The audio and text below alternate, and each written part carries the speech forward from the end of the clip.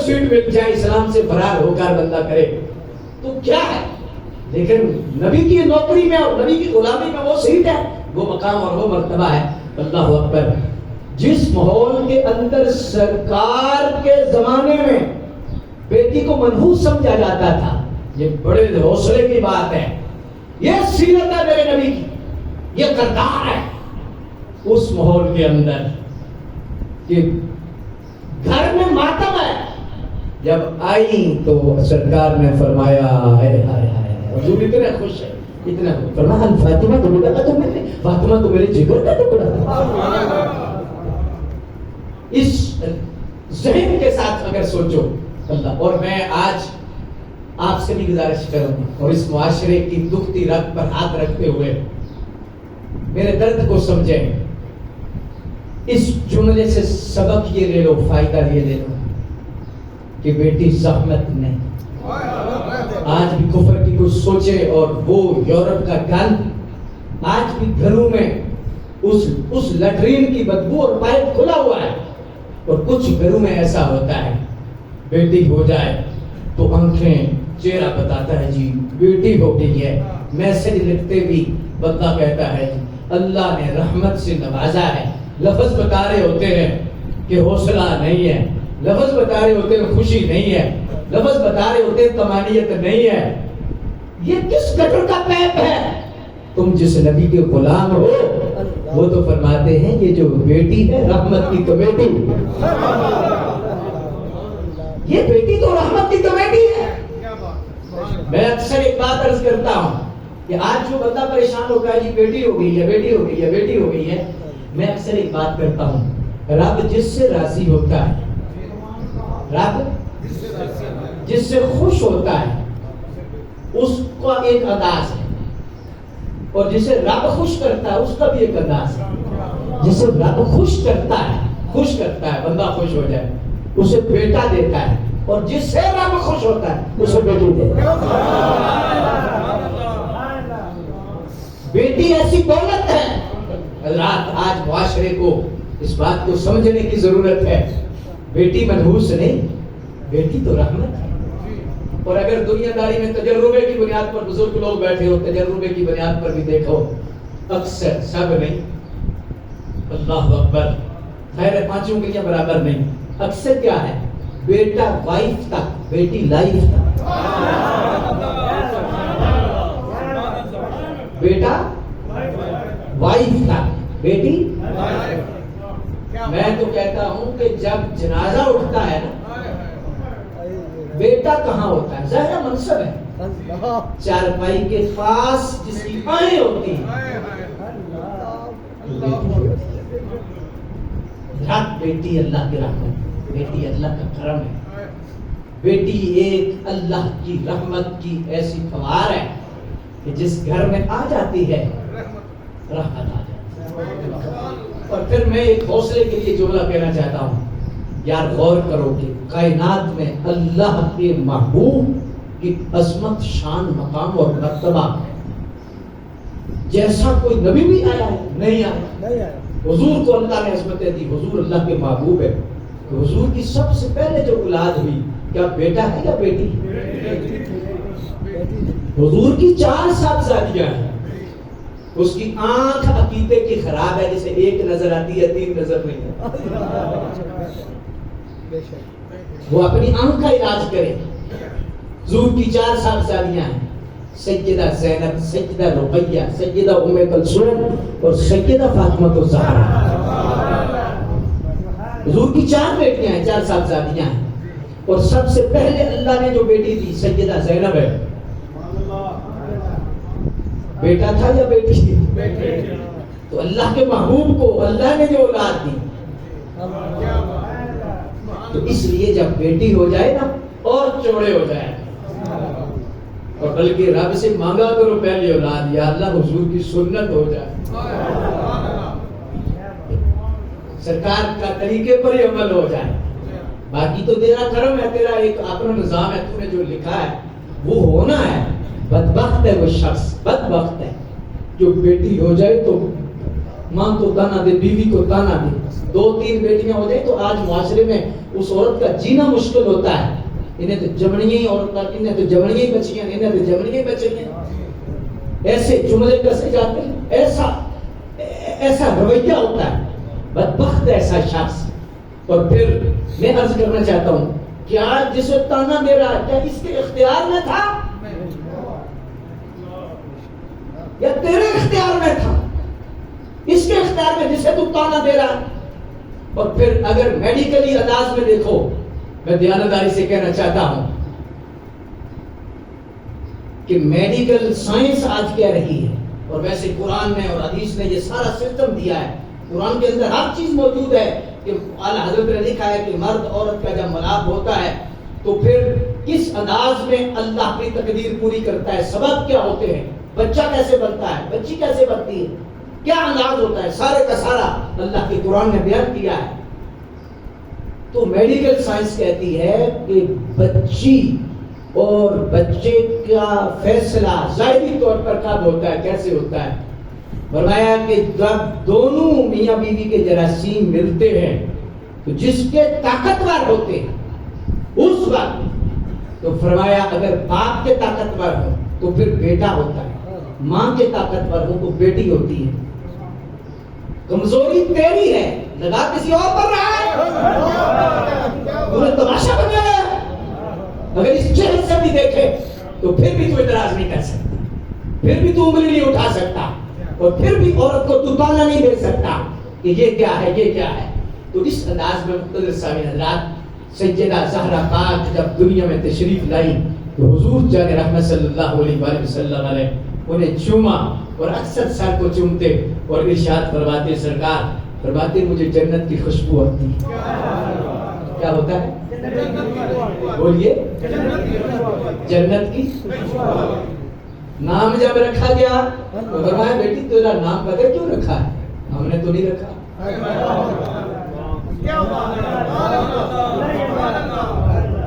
جی فرمایا کہ یہ نام بھی رکھا گیا ہے فاطمہ. اور اس کا مطلب کیا ہے؟ فرمایا بیٹی اس کا مطلب ہے کہ جو جہنم سے آزاد ہو.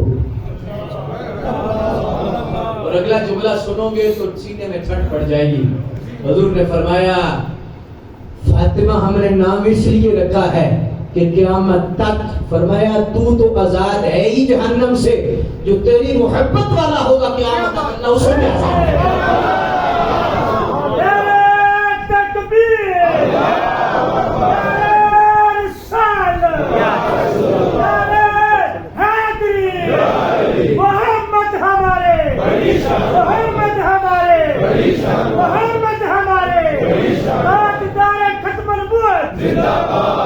حضرت سیدہ کائنات سیدہ فاطمہ زہرا رضی اللہ تعالی عنہا، طیبہ طاہرہ سیدہ ظاہرہ.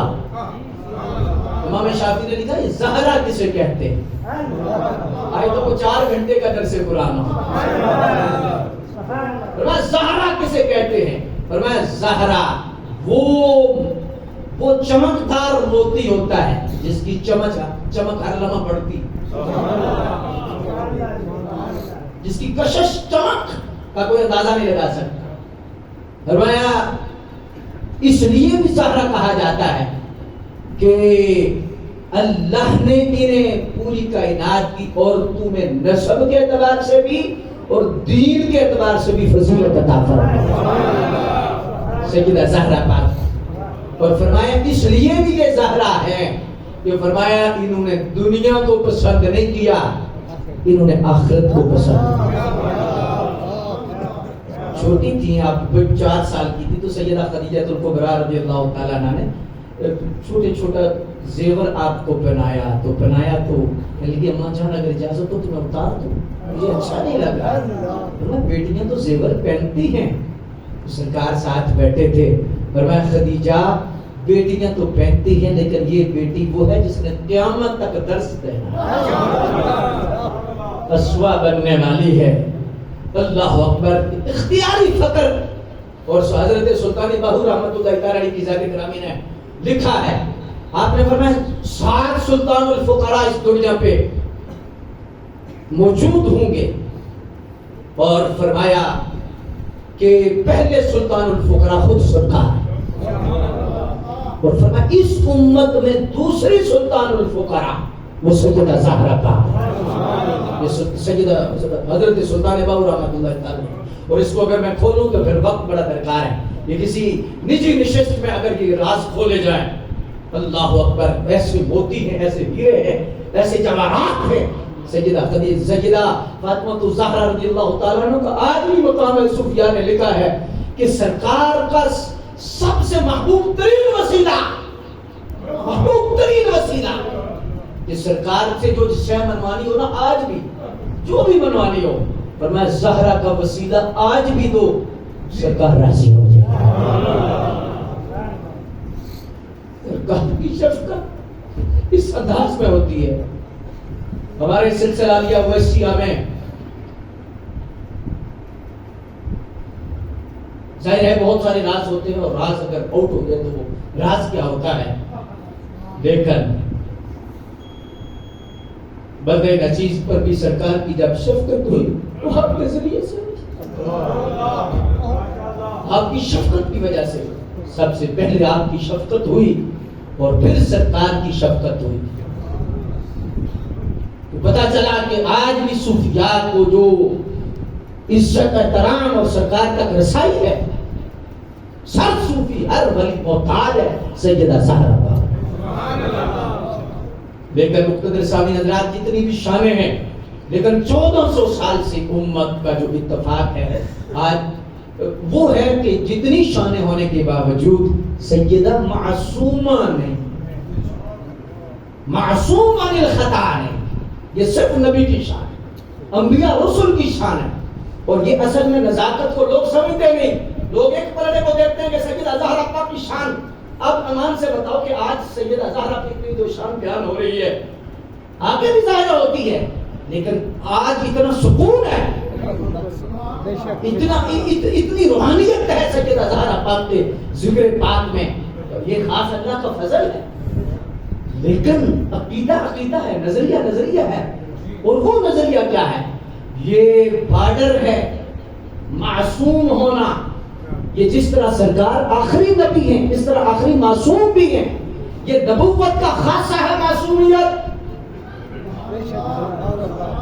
اور جس پر آج مسئلہ بنا تو لوگ مسئلے کو سمجھتے نہیں، اور ماشاء اللہ گستاخیوں کا اور اس طرح کا جو الزام ہے وہ علماء حق پر لگایا گیا، اور آج تک زبانیں کھول رہے ہیں، بول رہے ہیں، الزام تراشیں کر رہے ہیں، اور اس انداز میں۔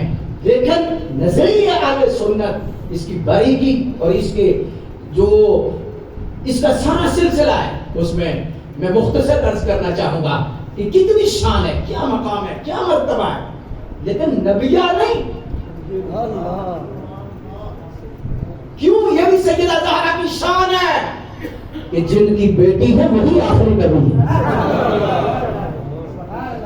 اگر معصوم اور حضور کے بعد کوئی ہو تو پھر نبوت بھی لازمی ہے۔ یہ تالا ہے ختم نبوت کے دروازے کا معصومیت کا عقیدہ۔ انشاءاللہ ہم نے جو کورس رکھا ہے مرکز میں، فرائض علوم کورس، اس میں انشاءاللہ اس مسئلہ پر بھی بحث ہے۔ تو اس لحاظ سے یہ ساری، میں نے اس لیے یہاں اشارہ کر دیا ہے کہ یہ ساری عظمتیں، شانیں، مقام اور مرتبہ اہل سنت مانتے نہیں، بیان بھی کرتے ہیں، لیکن حدود جو ہے وہ حدود ہے، وہ ساری کی ساری جو سارا سلسلہ ہے۔ اب سیدنا صدیق اکبر پاک رضی اللہ تعالیٰ عنہ کے حوالہ سے اگر سیدہ زہرا پاک کی شان کو دیکھا جائے، عظمت کو دیکھا جائے، تو سیدہ زہرا پاک رضی اللہ تعالیٰ عنہ کی بے شمار عظمتیں سیدنا صدیق اکبر نے بیان کی ہیں، راوی ہیں حدیث کے، سیدنا ابو بکر صدیق خود راوی ہیں۔ عقیدہ ہے، نظریہ ہے۔ اللہ اکبر، ہم اہل سنت ڈھونگے رچانے والے نہیں، گھٹی بجانے، ڈگڈگی بجانے والے نہیں، ہم یا رب کے قرآن والے ہیں یا حضور کے فرمان والے ہیں۔ تو اس لحاظ سے سیدہ زہرا پاک کا جو مقام اور مرتبہ ہے، وہ اتنا ہونے کے باوجود بھی وہ نہ نبیہ ہے، نہ وہ معصومہ ہے۔ معصوم عن الخطا جو ہو، اس کا یہ نبی ہونا ضروری ہے۔ اور روافض کے ساتھ ہمارا جو اختلاف ہے مذہبی عقیدے کا اختلاف، وہ یہ بھی اختلاف ہے کہ ہم اہل سنت غیر نبی کو معصوم نہیں مانتے، لیکن روافض سرکار کے بعد بہت سارے لوگوں کو ہستی کو معصوم مانتے۔ ہم سیدہ زہرا پاک کی عظمت کے حوالے سے میں عرض کر رہا ہوں کہ شان نہ تولی جا سکتی ہے نہ ناپی جا سکتی ہے، لیکن حدود میں تالا لگا ہے۔ اللہ تبارک و تعالیٰ جل مجدہ کریم کی ذات گرامی نے بڑی شانیں دی، لیکن جو نبوت والی شان ہے وہ سرکار کی آخری نبی سرکار ہے۔ ختم نبوت پر حرف آتا ہے کہ جب کوئی غیر نبی کو معصوم کہا جائے تو یہ ختم نبوت کے عقیدے پر ڈاکہ ہے، یہ لڑائی نہیں، اس بات کو سمجھنے کی ضرورت ہے۔ تو اس میں ایک مذہب ایسا ہے جو آج باقاعدہ طور پر وہ معصوم مانتا ہے، اور ہمارے اہل سنت کے کچھ لوگ بھی وہ دعاؤں میں کہتے ہیں 12 امام 14 معصوم۔ میں کہتا ہوں اللہ کے بندو، یہ جو 14 معصوم ہے نظریہ اہل سنت ہے، نبی کے بعد معصومیت کا تصور ہی کوئی نہیں۔ تو یہ ختم نبوت کا انکار ہے، عقیدہ ختم نبوت پر ڈھاکہ ہے۔ مرزائی بھی مجرم ہے، لیکن اس سے بڑا مجرم وہ ہے، ایک مانے تو مجرم ہے، جو 14-15 مانے کیا وہ مجرم نہیں؟ ہم نے گھومے نہیں اٹھنا قیامت میں، ہمیں اگر ممبر دیا گیا ہے تو حضور کے صدقے سے دیا گیا ہے، اگر ممبر ہمیں دیا گیا ہے تو ہم نے جواب دے ہونا ہے سرکار کی بارگاہ میں کہ امت کا بیڑا تمہارے ہاتھ میں دیا تھا، تم مفاد پرست بنے رہے، تم مصلحت پرست بنتے رہے، تم نے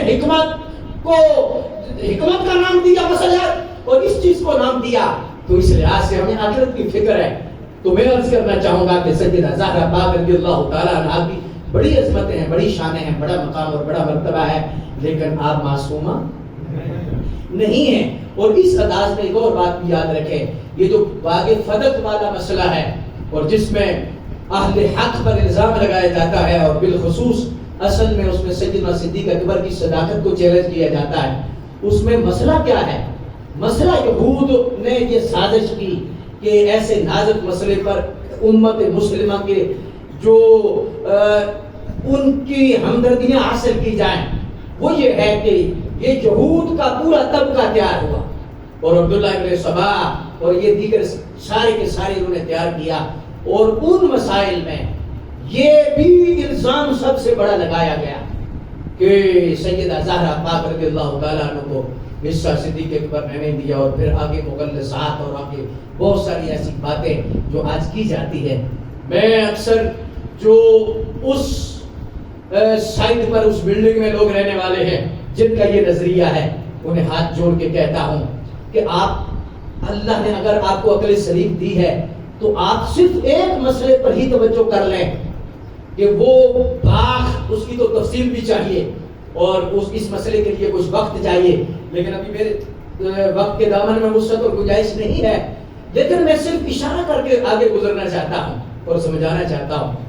وہ یہ مان لیا کہ باغ جو تھا حضور کی وراثت تھی۔ پہلے تو وراثت کا جو مسئلہ ہے وہ یہ، نبیوں کی وراثت مال نہیں ہوتا، نبیوں کی وراثت علم، یہ مسئلہ ہی زیادہ ہے۔ چھوڑو اس بحث کو، بہت بحث تھوڑی لمبی ہو جائے گی، اس پر بھی نہیں آتے۔ مان لیا کہ یہ باغ حضور کی وراثت ہے، مان لیا۔ ابو بکر صدیق جب خلیفہ بنے تو وراثت آپ نے نہ دی، سیدہ زہرا پاک کو ناراض کر دیا، معاذ اللہ ثم معاذ اللہ، اس بیانیے کے مطابق۔ لیکن میں محبت سے کہنا چاہتا ہوں، آپ ذی شعور لوگ ہیں، اس بلڈنگ میں رہنے والوں کو بھی میں قول دینا چاہتا ہوں کہ غور کریں، سنیں، سمجھیں۔ مان لیا کہ حضور کی وراثت میں باغ ہے، مان لیا باغ ہے، تو اب وہ باغ جو بچا ہے حضور کی وراثت کا، تو حضور کی وراثت میں جو مورث ہیں وہ کتنے ہیں؟ وراثت میں بیوی کو کیا حصہ ملتا ہے کہ نہیں؟ بولو، اولاد کو ملتا ہے یا نہیں؟ ہاں جی، اگر بیٹی فوت بھی ہو جائے تو فوت ہونے کے بعد بیٹی کی اولاد کو حصہ ملتا ہے، ننہال کا ملتا ہے حصہ، ایسا ہے جی؟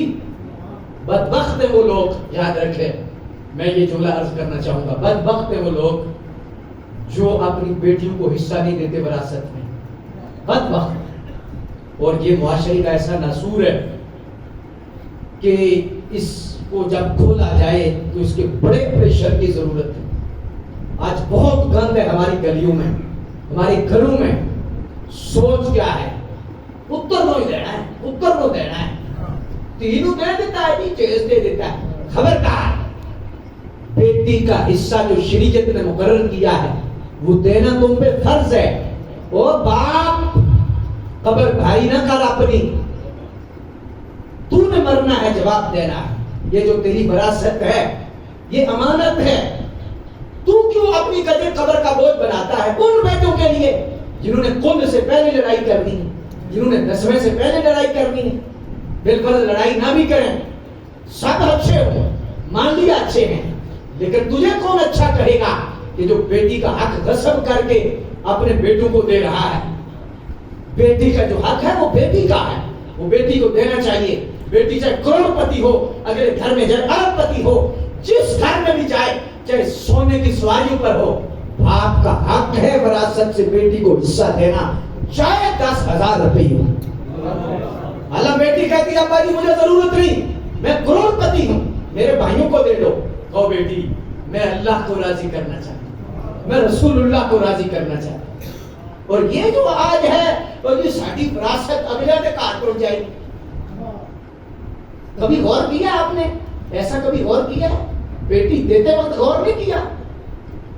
ایک دو بیٹے باپ کے تو انہیں باپ کہتا ہے بیٹا یہ تمہارے نام کر رہا ہوں، جائیداد زندگی میں تمہارے نام کر رہا ہوں اس لیے کہ بیٹوں غیروں کو دی ہے، غیروں نے جائیداد نہ چلی جائے، میری جائیداد غیروں میں نہ چلی جائے۔ چھوٹا بیٹا تھا، عمر تو چھوٹی تھی، ذہن بڑا تھا، کسی عالم کے پاس بیٹھتا تھا۔ کہا ابا جی آج جائیداد کا فکر ہے غیروں کے پاس چلی جائے گی، بیٹی دیتے وقت نہیں سوچا کہ بیٹی غیروں کے پاس جائے گی۔ بیٹی جگر کا ٹکڑا ہے اور وہ غیروں کے پاس جا رہی ہے، اس وقت خیال نہیں آیا،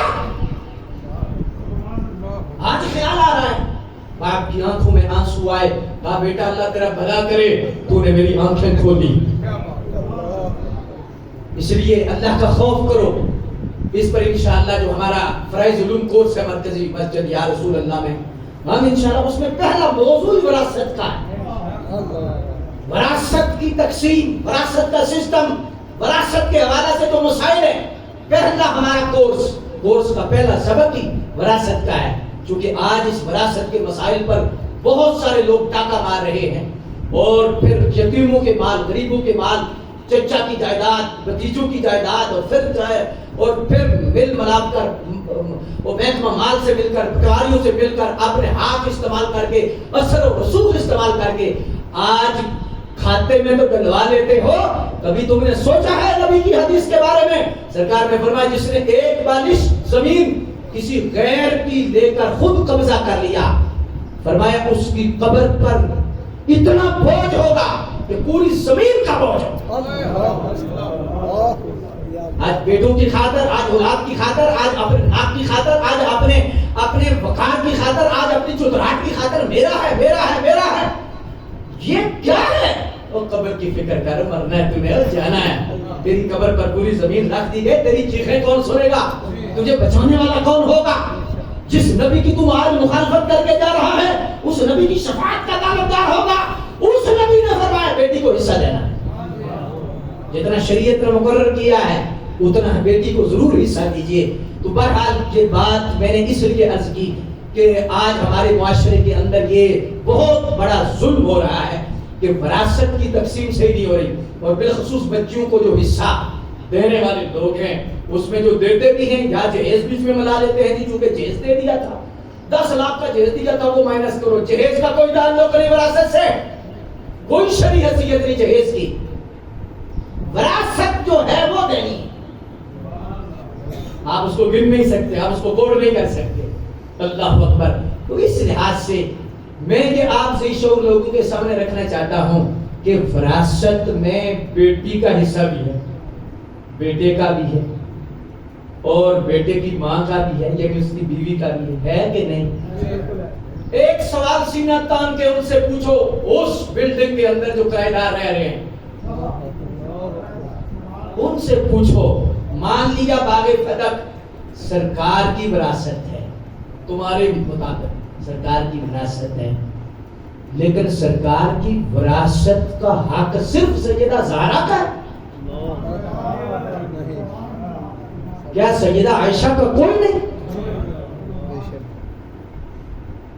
کیا ام سلمہ کا کوئی نہیں؟ سب سے آخر میں مثال حضرت ام سلمہ کا ہوا ہے، کربلا کے بعد بھی سیدہ ام سلمہ کا ہے۔ حضور کی جو ازواج زندہ تھی اس وقت، جس وقت کا یہ رولا ڈالا جا رہا ہے، یہودی اپنا تھوک بیچ میں داخل کر کے تماشا لگانا چاہ رہا ہے، سیدہ زہرا کی زندگی میں کتنی ازواج پاک تھی، حضور کی جو اور بیٹیاں تھی، ان کی جو اولاد، آج تک کسی نے حصہ مانگا سیدہ عائشہ صدیقہ کا؟ سیدہ زہرا کا حصہ نہیں دیا گیا۔ میں نے کہا سیدہ عائشہ کا کیوں نہیں مانگ رہے؟ کیا میں شاید سمجھا نہیں پا رہا جی؟ ایک کھلی سازش ہے اسلام کے خلاف، رات یہ لوگ سمجھتے نہیں۔ میں نے ایک اس بارڈر کے قریب بیٹھنے والا شخص تھا تو ہمارے قریب آ گیا، اسے جب ہم نے سمجھایا تو کانوں کو ہاتھ لگانے لگا کہ اتنا گندا اس مذہب میں نے کہا ابھی تو کھولے ہی نہیں، ابھی تو 9 اور 10 نمبر ابھی تو کھولے ہی نہیں،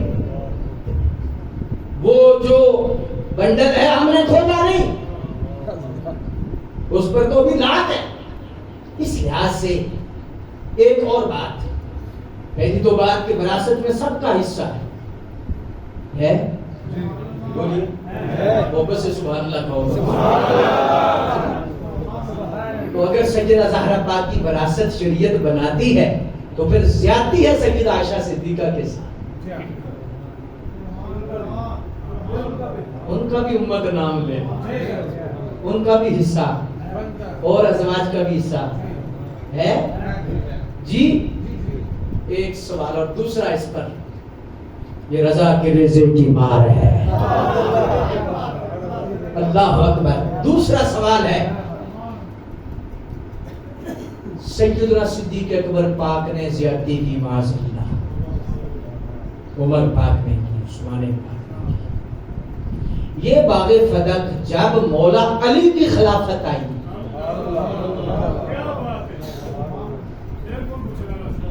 کس نے پوچھنا تھا؟ زیادتی ہو گئی پہلے، چلو بڑے تھے بولے نہیں، ان کے مطابق علی تو شیر خدا ہے، تم علی کو بزدل سمجھتے ہو؟ علی ایسے ہی ہاتھ میں بیعت کر لی حضرت علی شیر خدا نے؟ اچھا مان لیا، علی تقیہ کیا تھا، میں نے کہا تقیہ کا دوسرا مطلب ہے بزدلی، دوسرا مطلب ہے موقع کی مفاہمت اور مناسبت سے اندر سچ ہو باہر جھوٹ ہو۔ کیا ایسا مذہب ہے جو مولا علی پر بھی ایسا الزام لگا؟ حضرت شیر خدا کرم اللہ، اور حضرات میں سمجھانے کے لیے عرض کر رہا ہوں، آپ کو ہماری طبیعت کا پتہ، ہم جمعہ بھی یہاں پڑھا رہے ہیں، ہماری سمجھانے کی کوشش ہوتی ہے، لڑانے کی نہیں ہوتی، امت کو جوڑنے کی ہوتی ہے، توڑنے کے لیے ہوتی ہے۔ ہم اس تمام مسالک سے کہتے ہیں آؤ ہمارے پاس جمعہ پڑھو، آؤ ہمارے پاس درس سنو، دیانتداری سے پھر فیصلہ کرو کہ حق کیا ہے۔ حضرت سیدہ زہرا پاک رضی اللہ تعالیٰ عنہ کی شان کے حوالہ سے یہ بھی اس شان کا حصہ ہے جی۔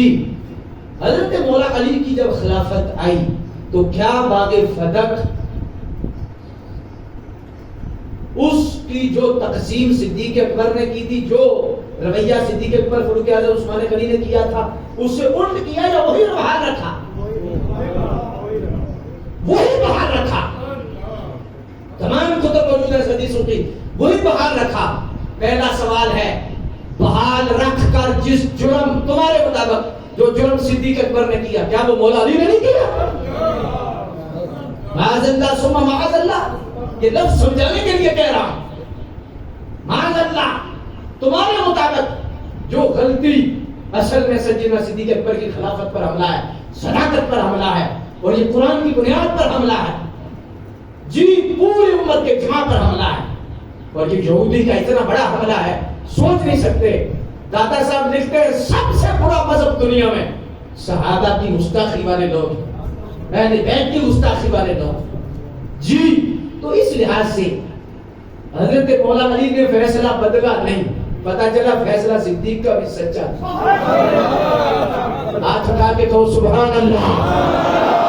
ابو بکر ہمارے، عثمان ہمارے، عمر ہمارے،